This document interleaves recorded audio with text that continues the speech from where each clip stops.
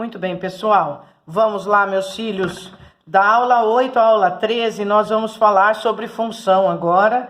Vamos ver função par, ímpar, sobrejetora, injetora e bijetora, tá bom? Vamos ver o conceito. Aí a apostila que já atravessa, como é costume dela, já vai entrar em função composta, que nós vamos aprender na outra aula 9, tá bom? Mas vamos por partes, como diz o esquartejador, que vai dar tudo certo. Aula 8, o que eu tenho que aprender aqui na aula 8, gente? Eu tenho que aprender o seguinte, ó. Parte 1, o que é a função injetora? Função injetora é quando eu pego os elementos do meu domínio. O que é domínio? É o x, lembra? Eu pego os elementos do meu domínio e vou associar com a imagem. O que é a imagem? A imagem é quem recebe os elementos, é aonde a flecha chega. Flecha chega. Isso é a imagem. É aonde a flecha chega, beleza? Aonde a flecha chega é a imagem. Então, por exemplo, aqui tá meio fora de contexto, mas a gente arruma, não tem problema. A função é y igual a x mais 1, percebe? Ela é uma função do primeiro grau, não é mesmo? Muito bem. Aqui eu coloquei o x igual a 0. Para x igual a 0, quando eu substituo no lugar de x e ponho 0, meu y dá 1. Então, para x igual a 0, eu vou ligar com 1. Então, essa flechinha aqui, na verdade, está ligando com 1. Quando o x é 1, né? Vai dar 2. Então, essa flechinha aqui do 1... ela tá ligando com o 2, tá? Então, é assim, ó. A flechinha do 0 tá ligando com 1. A flechinha do 1 tá ligando com o 2, certo? A flechinha do 2 vai ligar com o 3. A flechinha do 2 vai ligar com o 3. E a flechinha do 3 vai ligar com o 4, que não tem aqui. Então, quem recebeu as flechinhas? O 0, o 2 e o 3, tá? A minha imagem é o conjunto 0, 2 e 3. E quem é meu contradomínio? É todo o conjunto. B, vamos chamar ele de B, ele é 1, 0, 2, 3, tá bom? E quem é o domínio? Vamos chamar de conjunto A. Meu domínio é o A, tá bom? O que acontece aqui? Essa função, ela pode ser chamada de injetora? Pode, porque sobrou o elemento, ó, eu liguei com o 0, com o 2 e com o 3, sobrou o elemento 1, né? Que não foi requisitado. Quando sobra, ela é injetora, e cada elemento aqui tem que ter um elemento aqui, tá bom? O 3, eu tenho que colocar aqui um 4, ele tá ligado com o 4, tá bom? Cada um daqui tem que ter um aqui, para poder ser função. Então, função injetora, cada elemento de x tem um correspondente em y. E pode sobrar no contradomínio. Pode sobrar. A imagem não coincide com o contradomínio, tá bom? O contradomínio aqui é 1, 0, 2, 3 e 4. E a imagem ficou só quem recebeu as flechinhas. O 0, 2, o 3 e, no caso, o 4, né? Isso é função injetora. O que é função sobrejetora? A função sobrejetora, gente, não pode sobrar. A função sobrejetora, cada elemento de x vai ter o seu correspondente no y, mas agora não sobra. Então, na função sobrejetora, a característica dela é que o contradomínio vai ser igual à imagem. Tá bom? Acabou. E função bijetora? Função bijetora é os dois juntos. A função bijetora, ela é injetora mais sobrejetora. Tudo bem, pessoal? Simples. O que é função par? Função par é quando minha função é simétrica em relação a y. Por exemplo, a função de segundo grau. Como assim? Vamos pensar numa função de segundo grau. Por exemplo, esta aqui, ó, que está pronta. Y igual a x ao quadrado menos 1. Isso aqui é uma função de segundo grau, não é? Se eu substituo x igual a menos 1, ó, ali vai dar 0. E se eu substituo x igual a 1, vai dar 0. Se eu ponho x igual a menos 2, vai dar 3. Põe menos 2 lá, vai dar 4, menos 1 que dá 3. E se eu pôr 2, também vai dar 3. Tá vendo? que não importa meu x se ele é positivo ou negativo e deu o mesmo valor para y, a função par ela é simétrica em relação a y. A função par ela é simétrica em relação a y. Em relação a y. Como fica isso no gráfico? Olha aqui. Essa função ela é simétrica em relação a y. Ela tem a mesma distância em relação a y. Tá bom? Essa função, ela se chama função par. E o que é função ímpar? A função ímpar é quando ela vai ser simétrica em relação agora a x. Olha esse exemplo. F de x igual a 2x é uma função do primeiro grau. Se eu coloco x igual a menos 2 aqui nessa função, vai dar 4 negativo. E se eu coloco 2 positivo, vai dar 4 positivo. Se eu coloquei menos 2, vai dar menos 4. Se eu coloquei 2, vai dar 4. Então, o que aconteceu? Agora ela ficou simétrica em relação a x. Como assim? Olha aqui. Se eu pus x igual a menos 2, ele deu menos 4. E se eu pus x igual a 2, ele deu 4. Tá vendo? Ela é simétrica agora em relação a x. Tem a mesma distância. Quando uma função é simétrica em relação a x, ela é chamada função ímpar, tá? Então, essa é uma função ímpar. Função ímpar é quando você põe 1 e menos 1 e não vai dar o mesmo valor. Função par é quando você põe 1 e menos 1 e vai dar o mesmo valor. Tranquilo? Muito bem. Agora, os exercícios vai ser só pra gente conversar, porque eles são diferentes, tá bom? Aí vocês vão fazer esse aqui do Enem, por gentileza, só para acostumarem com esses conceitos aqui, tá bom? Ela avança um pouquinho. A número 1 tá certa com o que a gente acabou de estudar, tá? A número 1, ela fala assim, aqui ela deu uma função, tá vendo que tá misturando função do primeiro grau com o segundo grau? Não dá pra chegar à conclusão se ela é par ou se ela é ímpar, ela tá misturado. Então, ela não é nem par nem ímpar essa aqui, tá bom? Porque tem as duas. Agora, a segunda, tá vendo um x ao quadrado? Não faz mal que ela tá no denominador. Se eu pôr x igual a menos 1, concorda que vai dar 1 por 1 que dá 1? E se eu pôr x igual a 1... vai dar 1 sobre 1, que vai dar 1 também? Qualquer valor que eu coloque aqui com sinais contrários, vai dar o mesmo valor, tá bom? Se eu pôr x igual a 1 e se eu pôr x igual a menos 1, o x igual a 1 vai dar 1 para y. E o x igual a menos 1 vai dar 1 para y também, porque está ao quadrado. Então, essa aqui se chama função par. A 2, então, ela é função par. Ai, ai, vamos ver se já dá para eliminar alguém. Não, todo mundo é par no segundo aqui, ó. Todo mundo é par no segundo. Ah, não, esse aqui já deu para eliminar, ó. O C saiu fora, só o C.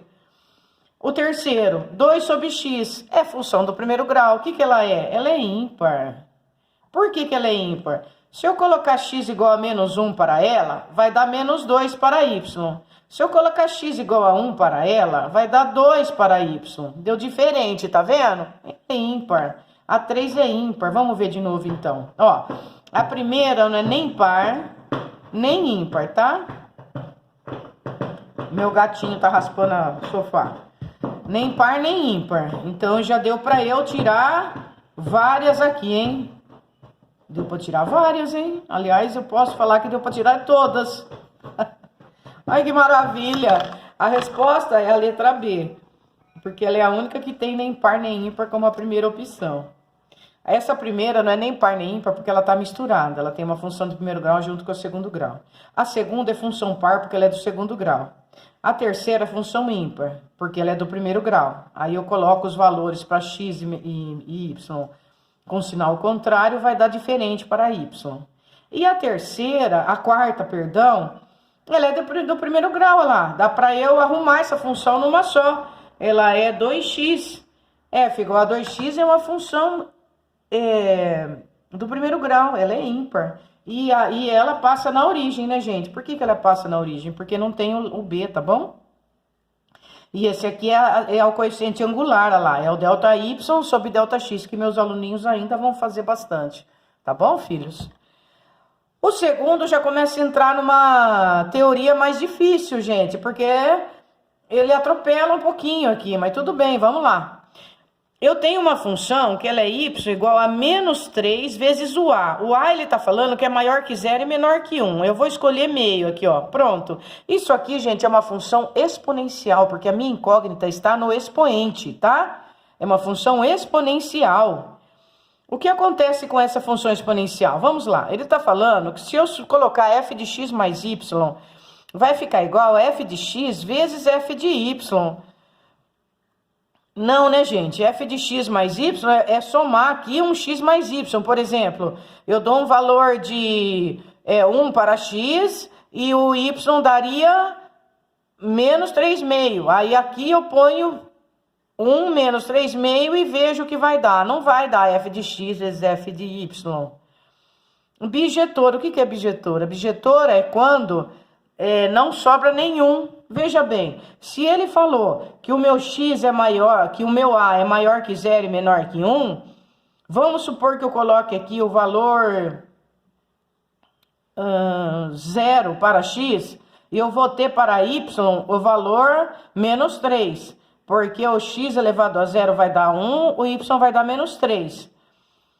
Se eu colocar o valor menos 1 para x, aqui eu vou inverter, vai ficar 2, porque meio elevado a menos 1 inverte a base, principalmente ficar positivo. Vocês lembram disso?